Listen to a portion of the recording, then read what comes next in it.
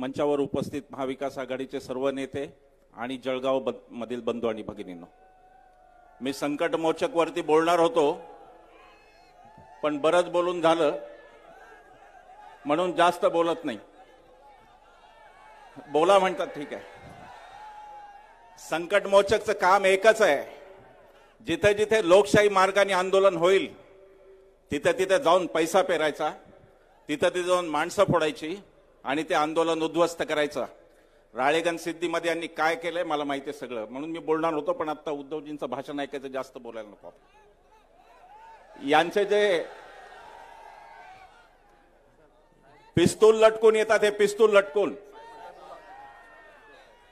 मला बोलत आहे.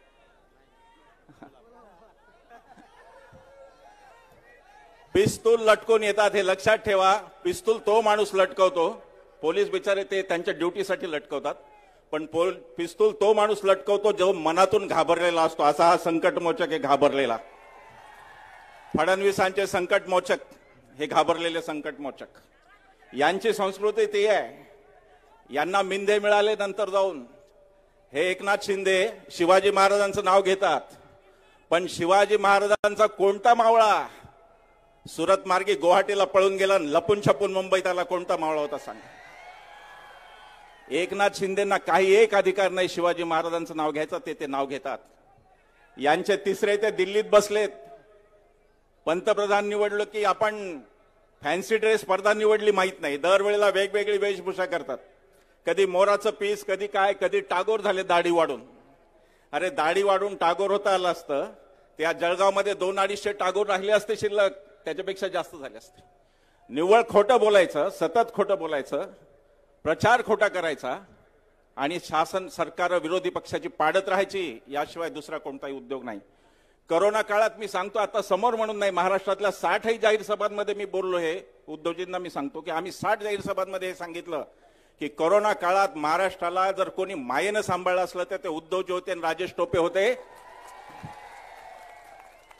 आजचे हे शिंदे जर तेव्हा मुख्यमंत्री असते आणि आताचे ते हाफकिन स्पेशालिस्ट तानाजी सावंत ते जर का आरोग्यमंत्री असते तरी सभाच झाली नसती, कारण ऐकणारे जिवंत राहिले नसते आणि बोलणारे जिवंत झाले नसते, अशी परिस्थिती.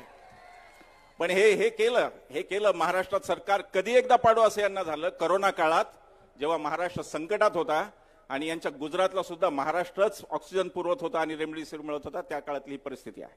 आमच्या मित्र, मी फार अगदी पुढच्या 2 मिनिटात भाषण संपवणार आहे. आपल्याला सगळ्यांना उद्धवजींचं ऐकायचं, आम्हालाही ऐकायचं. आज पहिल्यांदा आम्ही स्टेजवरून ऐकतोय त्यांचं भाषण. एक गोष्ट तुम्हाला सांगतो, महाराष्ट्रामध्ये आमच्या 60 पेक्षा जास्त सभा झाल्या आणि आम्हाला आता खात्री झालेली आहे की महाराष्ट्रामध्ये महाविकास आघाडी कमीत कमी 35 जागांवरती निवडून येणार आहे. कमीत कमी 35 झाले तर त्यापेक्षा जास्तच. कोण पाडणार यांना लक्षात घ्या, कोण पाडणार यांना कदाचित शहरी समाज नाही पाडणार पुण्या मुंबईचा, पण यांना शेतकरी महाराष्ट्राचा पाडणार आहे. महाराष्ट्राच्या शेतकऱ्याला लक्षात आलंय की काय कशा पद्धतीचे हे व्यापारी आहेत. आपल्याला सगळ्यांना माहिती असेल कदाचित आकडा, मार्च आणि एप्रिल या 2 महिन्यांमध्ये, फक्त 2 महिन्यांमध्ये महाराष्ट्रात 457 शेतकऱ्यांनी आत्महत्या केलेल्या आहेत. आणि याचं कारण यांच्यामध्ये आहे. मला परवा आम्ही लातूरला गेलो होतो सभेला, तो अमोल शिंदे नावाचा मुलगा आला ज्यांनी संसदेत उडी मारली. उडी का मारली त्यांनी? उडी मारणं चूक आहे, कोणी मारू नये संसदेत उडी, पण त्यांनी उडी यासाठी मारली की 2 कोटी रोजगार दरवर्षी आश्वासन मोदींनी दिलं होतं, ते मोदींनी पूर्ण केलं नाही. आणि म्हणून जर कोण खोटं असेल तर ते मोदी तिथे खोटं पडले, तो मुलगा पडलेला नाही.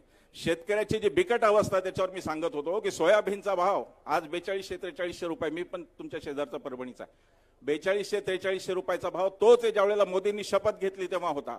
या दरम्यान खताच्या किमती, औषधाच्या किमती सगळं दुप्पट वाढलं, पण शेतकरी तिथल्या तिथे आहे.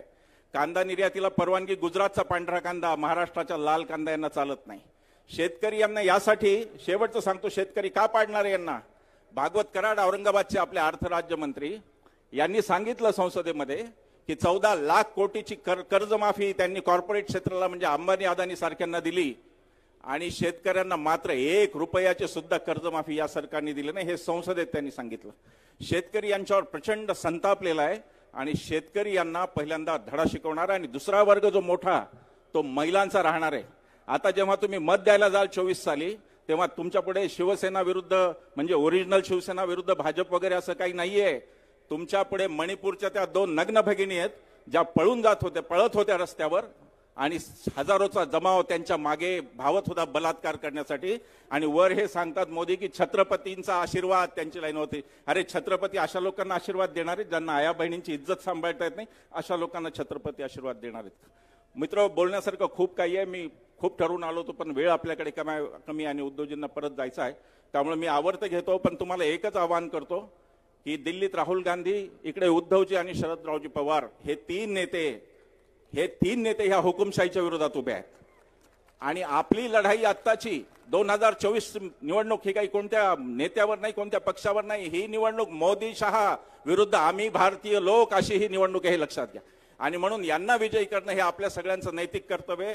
आपल्या सगळ्या उमेदवारांना विजयी करा, रावेर असो किंवा आपलं जळगाव असो, यांना विजयी करा एवढं आवाहन करतो आणि थांबतो. धन्यवाद. जय हिंद, जय महाराष्ट्र.